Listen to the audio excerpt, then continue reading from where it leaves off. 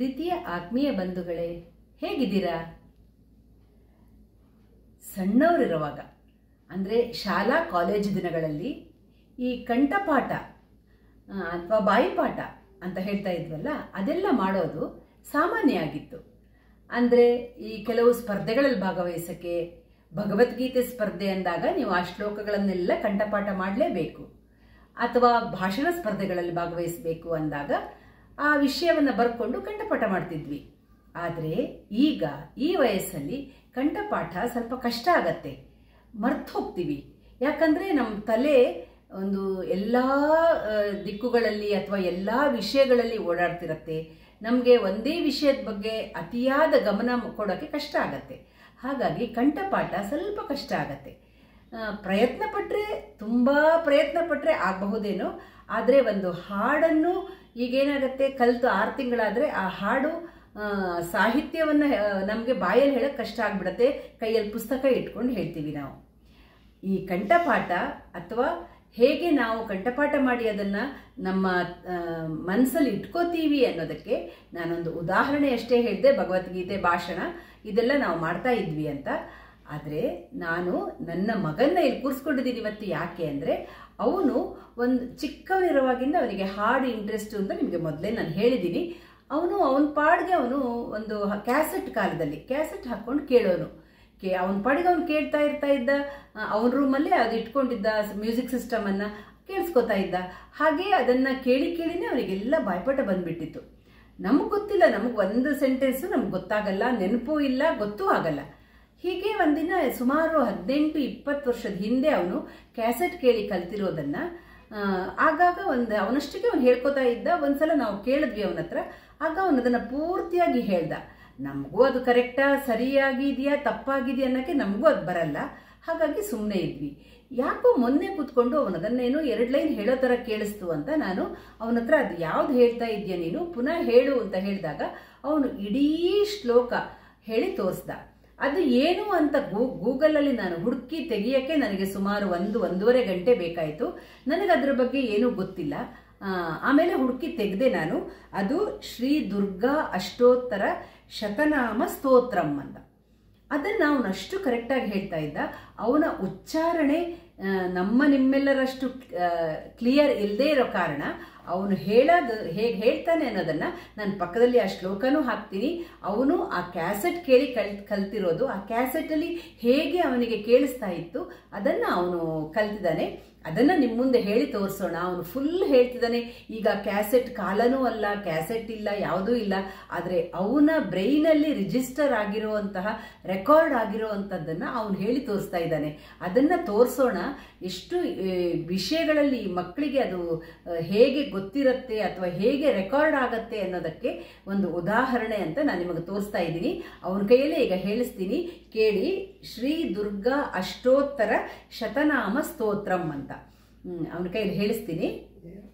ಈಶ್ವರವಸ ಸತನಾನ ಪ್ರಪಸ್ಸಾಮಿ ಸುರಿಶ್ರೇ ಪವನೆ ಯಸ್ಯ ಪಸಾತ ಮಾತೇನ ತುರ್ಕ ಬೀದ ಸತ ಪವೇತ್ ಸತ್ವಿ ಸಾತ್ವಿ ಪವಪ್ರೀತ ಭವಾನಿ ಪವಮೋಸನೆ ಆಯಾ ದುರ್ಗ ಸಯ ಆದ್ಯ ತಿನಿತ್ರಿ ಸೂರತಾರಿಣೆ ಪಿನಖರ ನಿಸಿತ್ರ ಸಂತಕಂಠ ಮಹಾತಪ ಮಾನವ ಪುರಿರ ಅಂಕಾರ ಸಿತರೂಪಸಿತಸ್ತಿ ಸರ್ವಮಂಧಮ ಈಸತ್ಯ ಸತ್ಯಾನಂದ ಸ್ವರೂಪಿಣೆ ಅನಂತ ಭಾವಿನಿ ಭವ್ಯ ಭವ್ಯ ಸದಾಮದಿ ಸಂಪುಪನ್ನೆ ತೇವ ಮಾಥ ಸಿದ್ಧಾರತ್ನ ಪ್ರಿಯ ಸದಾ ಸರ್ವ ವಿದ್ಯಾ ಲಕ್ಷ ಕನ್ಯಾ ಲಕ್ಷ ಯತ್ನ ವಿಲಾಸಿನಿ ಅಪ್ಪನ ಸೈವಪ್ಪನಸ ಪಾಠಲ ಪಡಲಾರತಿ ಅತ್ತಂಫರೆ ಅದೇ ಧ್ಯಾನ ಕಲರನ್ಸಿರನ್ಸಿನಿ ಆಮೆ ಯಾವಿನ ಕೋರ ಸುಂದರಿ ಕುಲ ಸುಂದರಿ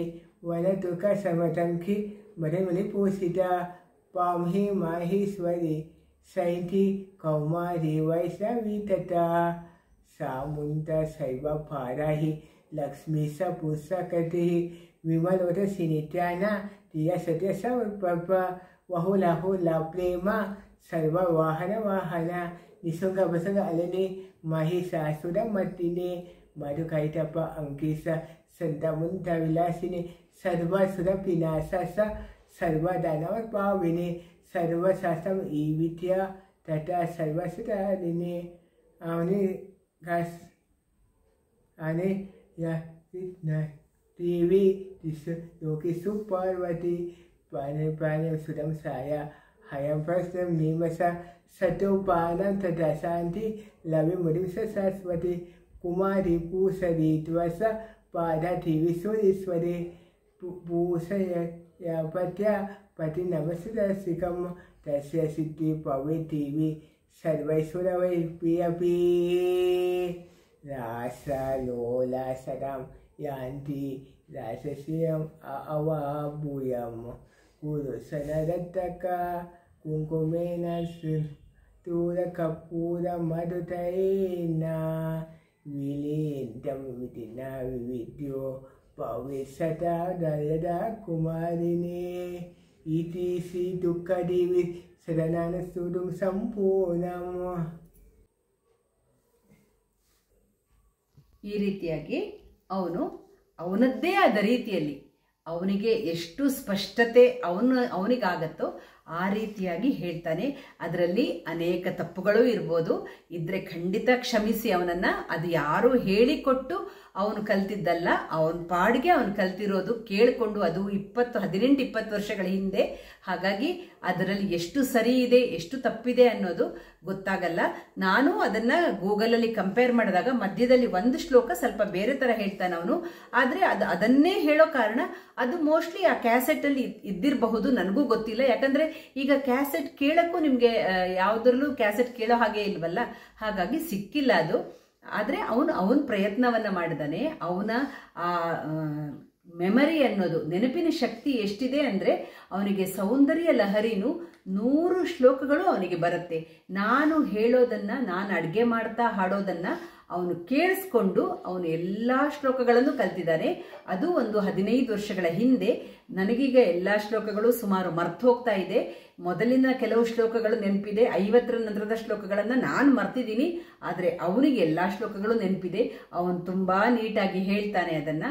ಹಾಗಾಗಿ ಅವ್ರ ಹತ್ರ ಒಂದು ಏನೋ ಒಂದು ಯಾರ ಹತ್ರನೂ ಇಲ್ಲದಂತಹ ಶಕ್ತಿ ಒಂದು ಆ ಥರ ಮಕ್ಕಳಲ್ಲಿ ಇರುತ್ತೆ.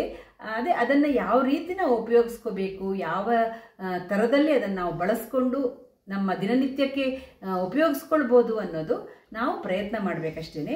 ನಮಗೂ ಅನೇಕ ರೀತಿಯಲ್ಲಿ ಅವನ ನೆನಪಿನ ಶಕ್ತಿ ನಮಗೆ ಉಪಯೋಗ ಆಗುತ್ತೆ. ಯಾಕಂದರೆ ಕೆಲವು ವಿಷಯಗಳಲ್ಲಿ ನಮಗೆ ಸಡನ್ ಏನೋ ಹೇಳಬೇಕಂದಾಗ ನಾವು ಮರ್ತು ಬಿಡ್ತೀವಿ.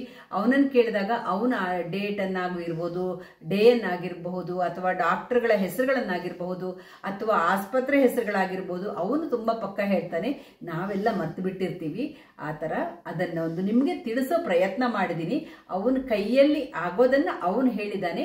ಅವನು ಹೇಳಿರೋದನ್ನು ನಾನು ನಿಮಗೆ ತೋರಿಸ್ತಾ ಇದ್ದೀನಿ ಅಷ್ಟೇ.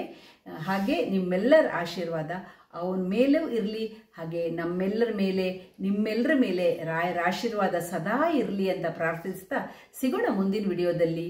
ಧನ್ಯವಾದಗಳು. ನಮಸ್ಕಾರ.